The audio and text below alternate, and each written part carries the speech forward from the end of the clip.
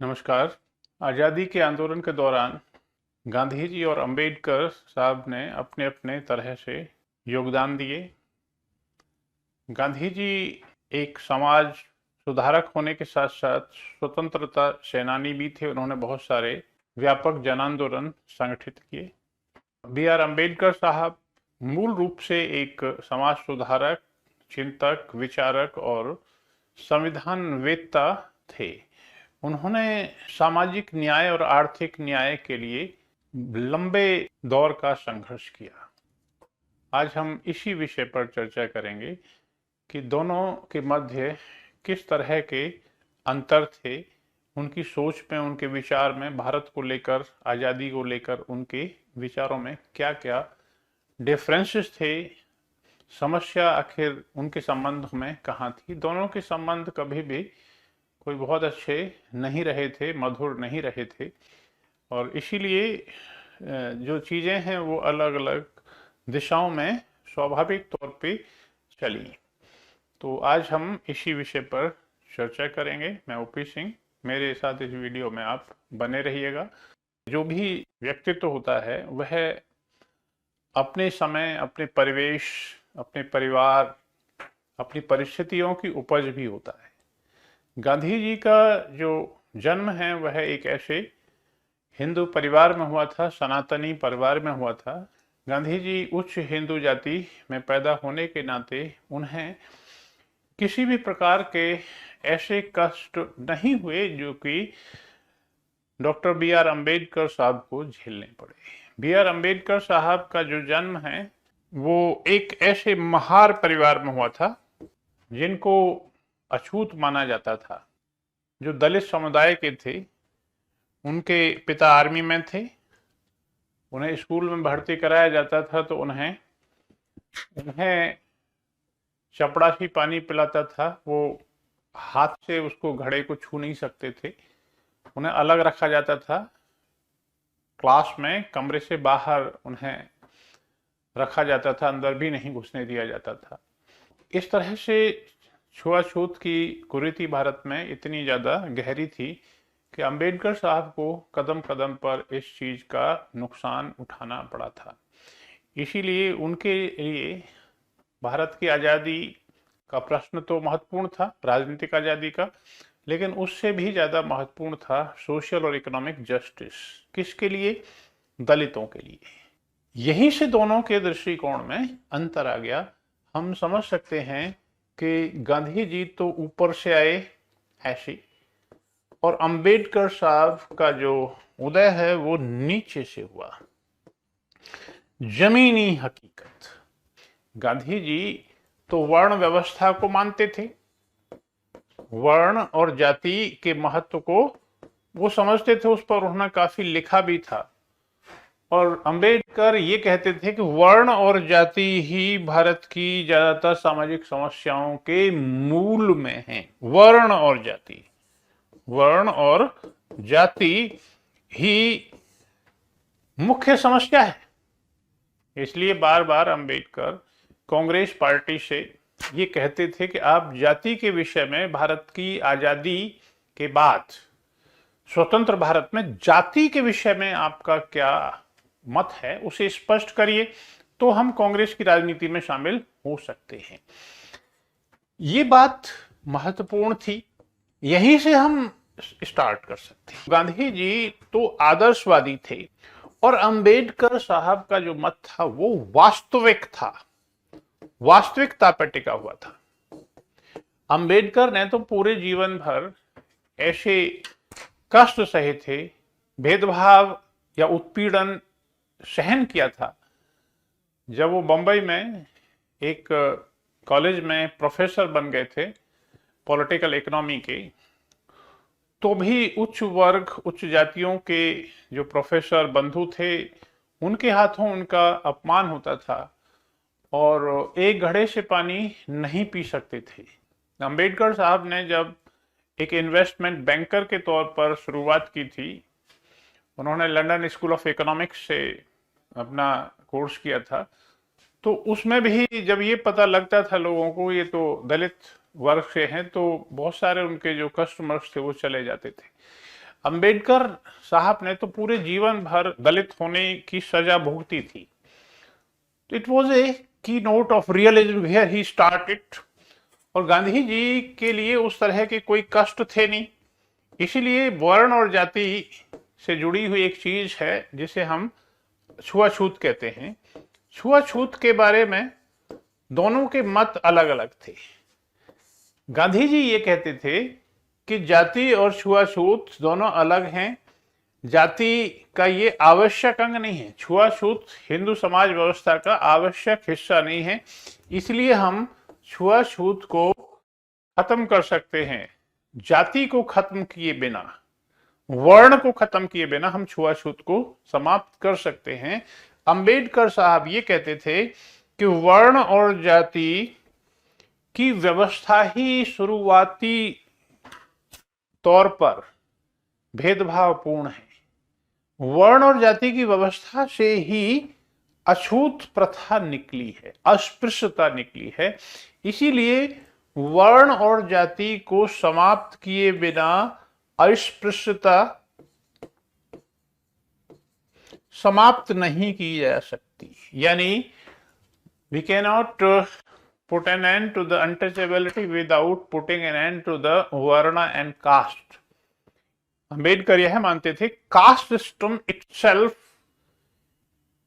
In wholesome manner is the root cause of the evil। Caste system ही बीमारी की जड़ है। तो उस जड़ को समाप्त किए बिना हम भारतीय समाज व्यवस्था से अछूत प्रथा की बुराई को दूर नहीं कर सकते। गांधी जी कहते थे वर्ण और जाति का हिंदू समाज व्यवस्था को बनाए रखने में बड़ा भारी योगदान है।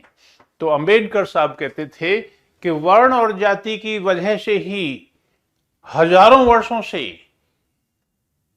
अपर जो कास्ट के लोग हैं, उच्च जातियों के जो लोग हैं, वो दलित जातियों का शोषण करते रहे हैं। वर्ण और जाति अंबेडकर के हिसाब से भारतीय समाज में व्याप्त कुरीतियों का मूल कारण है।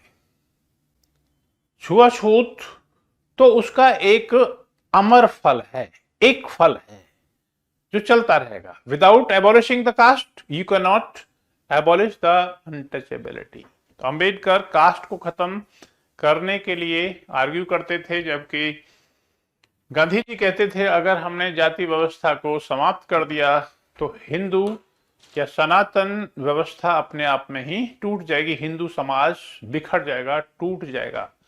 अंबेडकर साहब कहते थे अगर टूट जाएगा तो टूट जाने दीजिए।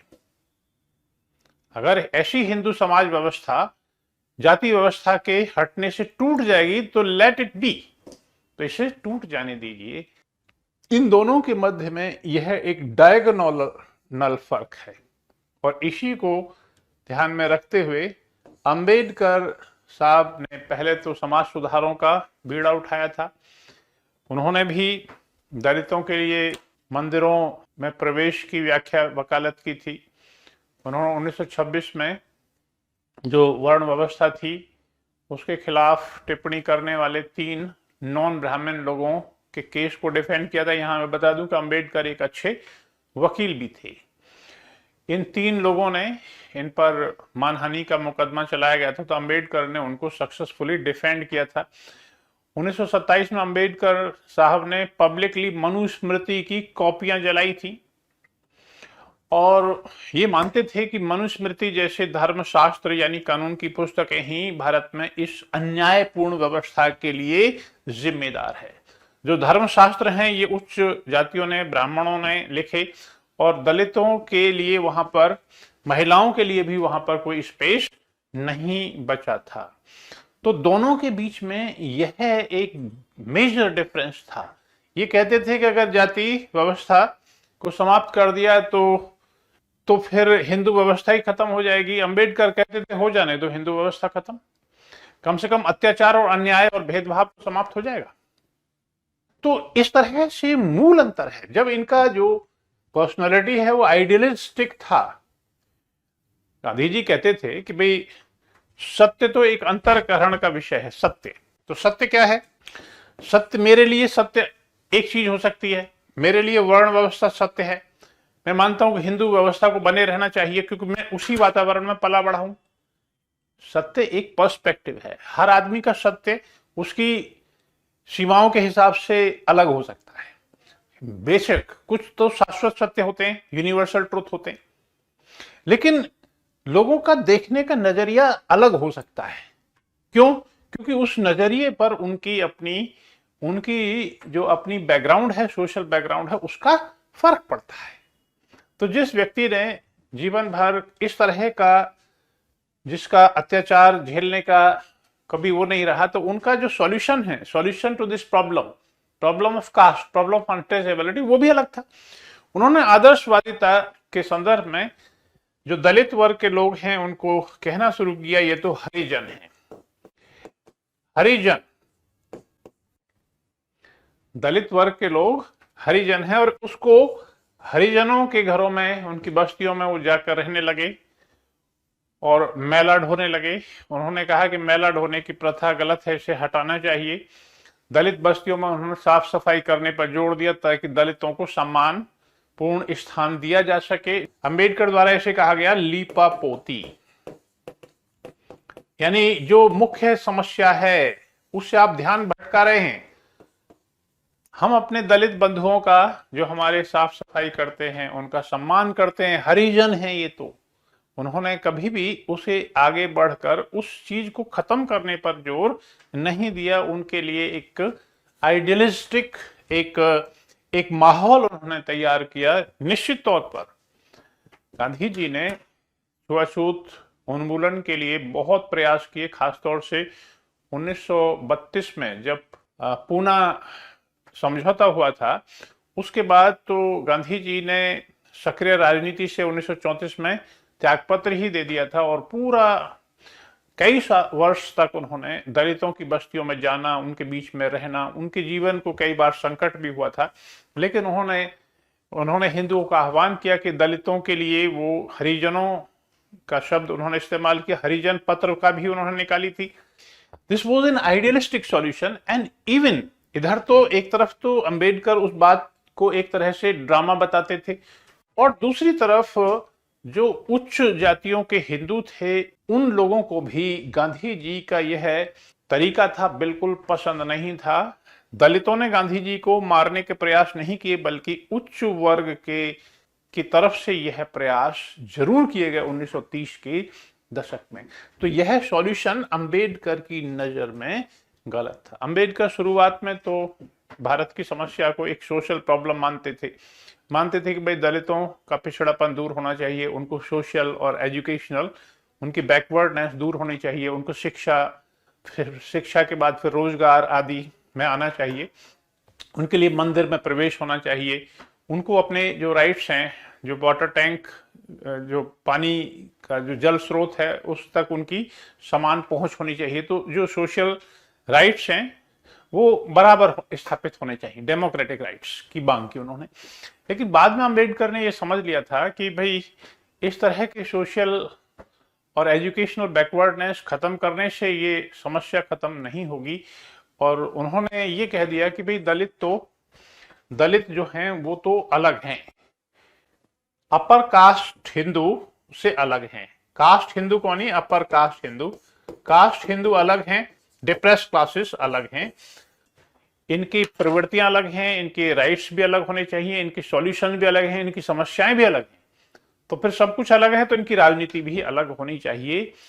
1919 के अधिनियम को बनाने वाली जो समिति थी उसने अंबेडकर को भी अप्रोच किया था। उस समय उन्होंने दलितों के लिए स्पेशल फेवर की बात की थी, दलितों के लिए भी उन्होंने पृथक निर्वाचक मंडलों की चर्चा की थी। 1930 में जो प्रथम गोलमेज सम्मेलन हुआ था, फिर उसके बाद 1931 में दूसरा और 1932 में तीसरा, तीनों गोलमेज सम्मेलनों में भाग अंबेडकर साहब ने लिया था। और उस समय उन्होंने यही मांग की थी कि भाई दलितों के लिए पृथक निर्वाचक मंडल होने चाहिए। दूसरे गोलमेज सम्मेलन में, जो कि 1931 के अंत में हुआ था लंदन में, उसमें अंबेडकर और गांधी जी के मध्य इन्हीं सब बातों को लेकर एक विवाद हो गया था। अंबेडकर यह मांग कर रहे थे कि दलितों के लिए भी पृथक निर्वाचक मंडल होने चाहिए, उनके लिए न केवल रिजर्वेशन हो बल्कि उनके लिए पृथक निर्वाचक मंडल भी होने चाहिए। पृथक निर्वाचक मंडल जैसे मुस्लिमों के लिए है, इसी तरह से दलितों के लिए भी होने चाहिए। निर्वाचक मंडल को कहते हैं इलेक्टोरेट। गांधी जी इस आधार पर कि हिंदुओं से दलित अलग नहीं है, इसलिए दोनों के लिए कॉमन इलेक्टोरेट्स होने चाहिए, संयुक्त निर्वाचक मंडल होने चाहिए। गांधी जी इस बात पर अड़े रहे और जब ये बात हुई, कोई निष्कर्ष नहीं निकला राउंड टेबल कॉन्फ्रेंस में, तो इंग्लैंड के प्राइम मिनिस्टर रैमजे मैकडोनाल्ड ने अगस्त 1932 में अपना एक कम्युनल अवार्ड यानी कम्युनल सांप्रदायिक निर्णय दे दिया और उसमें अंबेडकर साहब की बात मान ली, कम्युनल। और इसके बाद गांधी जी ने भूख हड़ताल कर दी, आमरण अनशन कर दिया।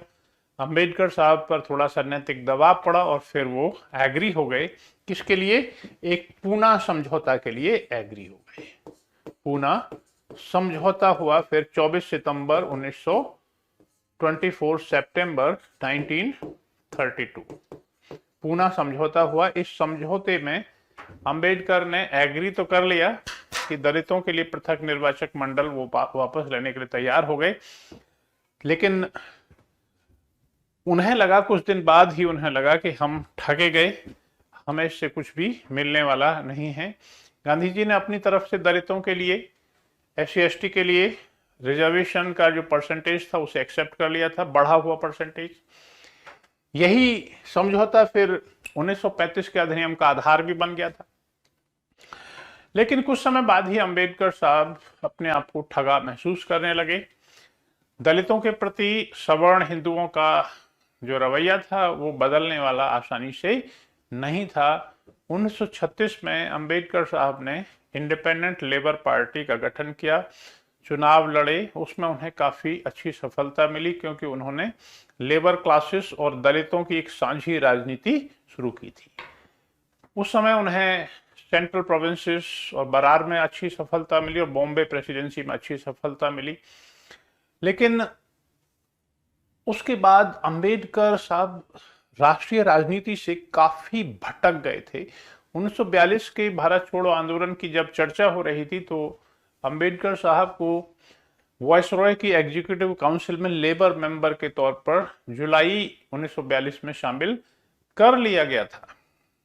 निश्चित तौर पर अंबेडकर और उनकी पार्टी ने किसी भी तरह का पार्टिसिपेशन भारत छोड़ो आंदोलन में नहीं किया।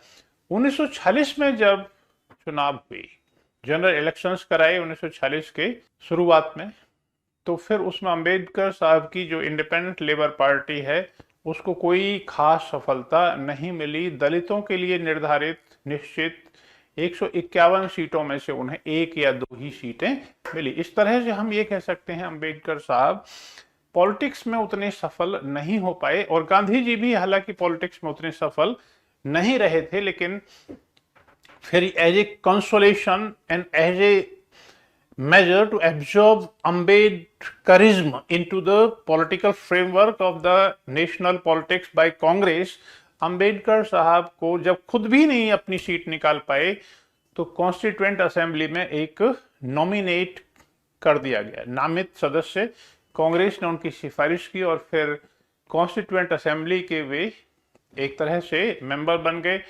और फिर जो गवर्नमेंट थी जवाहरलाल नेहरू की उसमें भी उन्हें एक तरह से मिनिस्ट्री, लॉ मिनिस्ट्री दी गई और अंबेडकर साहब को फिर संविधान सभा में जो ड्राफ्टिंग कमेटी थी उसका चेयरमैन भी बनाया गया।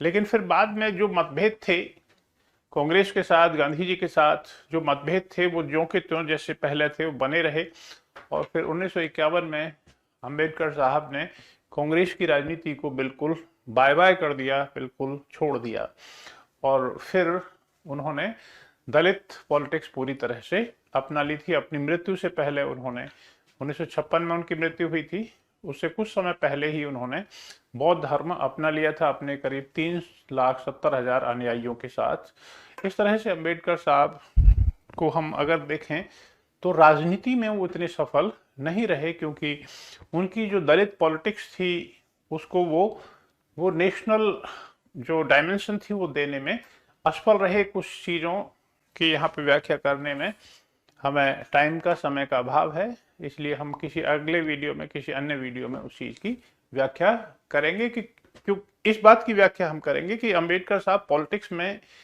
इतने सफल क्यों नहीं रहे जितने कि सोशल और इकोनॉमिक जो न्याय की लड़ाई थी उसमें वो रहे थे। गांधी जी को भी हम कह सकते हैं कि पॉलिटिक्स में तो गांधी जी भी इतने सफल नहीं रहे थे, उनके सारे आंदोलन असफल ही रहे थे जो उन्होंने चलाए थे। और गांधी जी को फिर पॉलिटिक्स में, कांग्रेस की पॉलिटिक्स में भी कांग्रेस के नेताओं ने ही हाशिए पर धकेल दिया था और उसको काफी वंचित महसूस करने लगे थे। इसलिए जहां तक पॉलिटिक्स की बात है तो दोनों ही नेताओं में एक समानता नजर आती है। यह वीडियो आपको कैसा लगा वीडियो के कमेंट बॉक्स में जरूर लिखें। वीडियो को लाइक शेयर भी करें तथा चैनल को सब्सक्राइब करना न भूलें। With this I thank you for being with me. Take care, good day.